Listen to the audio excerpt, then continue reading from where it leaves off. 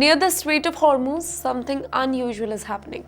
Not large fleet, not the massive destroyers, but fast, small boats appearing all of a sudden, moving together, surrounding targets within minutes.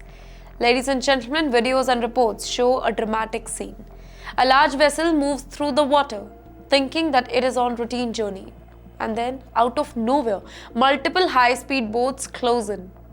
Well, from all the sides, fast, coordinated, unpredictable. Now, this is not a random moment. This is tactic, a strategy, a calculated show of control. Here, Iran is using swarms of fast attack boats, small, agile, and extremely quick. They don't rely on size though. They rely on speed, they rely on numbers, and most importantly, they rely on surprise.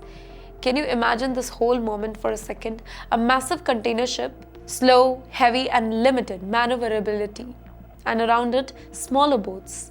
In fact, darting in every direction, cutting off escape route. In fact, controlling the whole space. In seconds, the balance of power shifts.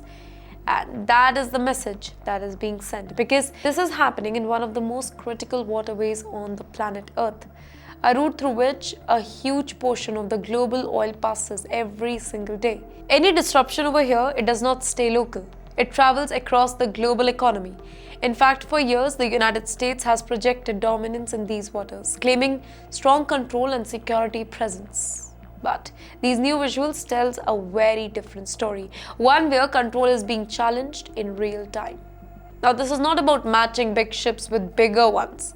This is an asymmetric power. Small versus large, fast versus heavy, many versus few. And ladies and gentlemen, that changes the whole equation completely. Why? Because you don't need a massive navy. Well, if you can, overwhelmed with speed and coordination. You don't need size if you can control the whole moment, right? Well, as tension rises in the region, these tactics, they are not just operational.